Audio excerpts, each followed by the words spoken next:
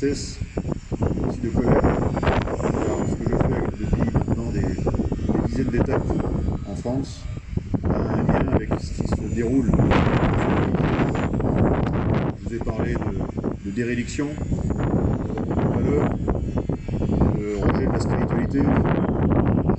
Je vous ai parlé déjà plusieurs fois de négation de ce que nous sommes, négation de la négation de la liberté, négation de la solidarité. Nous sommes sous le joug d'une négation globale qui est en train de nous attaquer et nous faire régresser. Cette négation a pris les traits d'un gouvernement et d'un président mis en place par des puissances d'argent, des oligarchies, qui sont en train méticuleusement de dynamiter le contrat social. Attal, young leader et porte-parole du gouvernement l'a dit. Nous allons poursuivre notre œuvre de redéfinition du contrat social. Autrement dit, la démocratie nous en fait les derniers moments. Ce que je dis est suffisamment important. Pourquoi tristesse et colère? Parce que j'avais interrompu ma tournée en France pour participer à ce grand élan, à ce grand mouvement Convoi de la liberté, qui était animé par des revendications absolument légitimes. Vous êtes face à des personnes,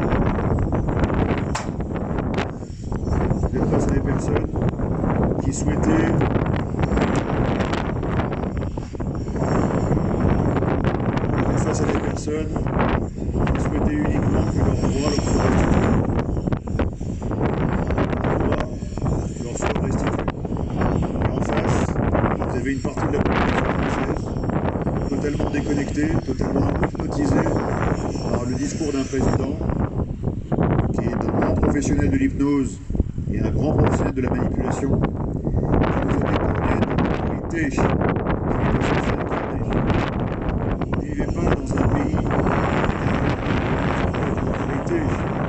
qui est en train d'assister à une dérive vers l'autoritarisme. Pensez-vous que les drapeaux qui sont ici arrachés à 50 ans, à 30 ans et même 20 ans, quand vous avez des finales de Coupe d'Afrique des Nations où les Champs-Élysées sont constellés de drapeaux verts et les personnes peuvent envahir les champs sans aucune déclaration. Avez-vous vu des drapeaux être déchirés par les forces de l'ordre? Avez-vous vu des automobilistes être braqués alors qu'ils brandissaient un drapeau étranger à ce pays? L'avez-vous vu? Non, vous ne le verrez pas. Donc ce n'est pas de l'autorité à laquelle vous assistez, c'est de l'autoritarisme. L'autorité est parfaitement compatible avec la démocratie. L'autoritarisme est la simple manifestation d'une régression démocratique qui est en train de nous faire basculer sous une forme de tyrannie et bientôt une dictature. J'ai souvent parlé de dictature technologique et financière avec les débordeurs, une feuille de route. Cette feuille de route consiste à nous dissoudre nos identités, pas par rapport à un fait religieux, pas par rapport à un fait sociétal, mais bien par rapport à un fait politique. Car nous tous réunis, nous avons encore la capacité de dire non à cette dérive autoritaire. Seule notre réunion, nous tous, permettra d'affronter et de réduire cette dérive autoritaire. Si nous ne nous réunissons pas, le fait économique aura gagné. Le fait oligarchique aura gagné. Et nous tous, Français, peuple libre, peuple du droit, nous n'aurons même plus le droit d'arborer nos drapeaux et nous n'aurons même plus le droit de nous faire appeler Français. Car même étymologiquement, nous n'aurons pas été mis à la grande épreuve dans laquelle nous sommes entrés. Cette épreuve n'est pas encore refermée. Il n'est pas encore refermé.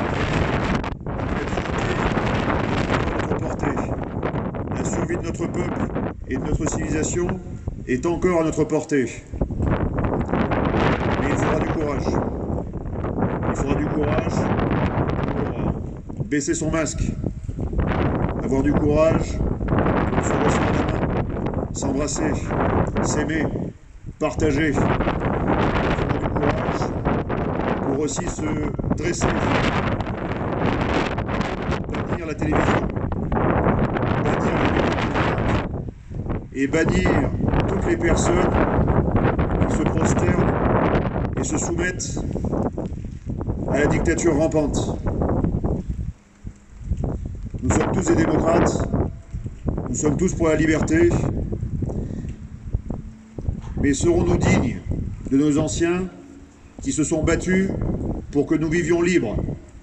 Serons-nous dignes de cela? La force publique a montré son pire visage ce week-end. Une force publique qui est devenue une force de l'ordre, par moments, et pour certains individus qui ont braqué leurs concitoyens, qui ont dérobé et parfois marché sur un drapeau français. Alors je le dis aux policiers, aux gendarmes, mesdames, messieurs et aux militaires, allez-vous longtemps laisser un pouvoir dérober aux mains de sa population son propre drapeau? Allez-vous laisser longtemps le spectacle morbide de notre mort sociale se dérouler sous nos yeux, sous vos yeux, sans réagir? Le peuple français vous réclame. Le peuple français réclame sa police nationale, sa force publique. Le peuple français réclame ses militaires. Vous, policiers et militaires, vous êtes payés tous les jours, par des citoyens qui attendent de vous de remplir le contrat social, c'est-à-dire de respecter et de promouvoir et de sauvegarder notre liberté. La liberté de conscience, la liberté d'expression et surtout la liberté de déplacement, donc de manifestation. Nous sommes à la croisée des chemins. Nous emprunterons certaines voies selon comment nous nous comporterons au quotidien, avec lâcheté, avec courage. La crise, l'épreuve, va nous pousser tous à prendre des positions très claires. Serons-nous courageux ou serons-nous lâches? Si nous sommes lâches, nous serons soumis. Si nous sommes courageux, nous aurons un futur radieux, libre, solidaire. Si nous nous soumettons, c'en est fini de tout ce que nous incarnons. Maintenant, libre à vous d'agir. Mais tant qu'il restera une personne pour se lever et pour résister, l'idéal que nous incarnons sera toujours parmi nous. Vive la résistance et vive la France!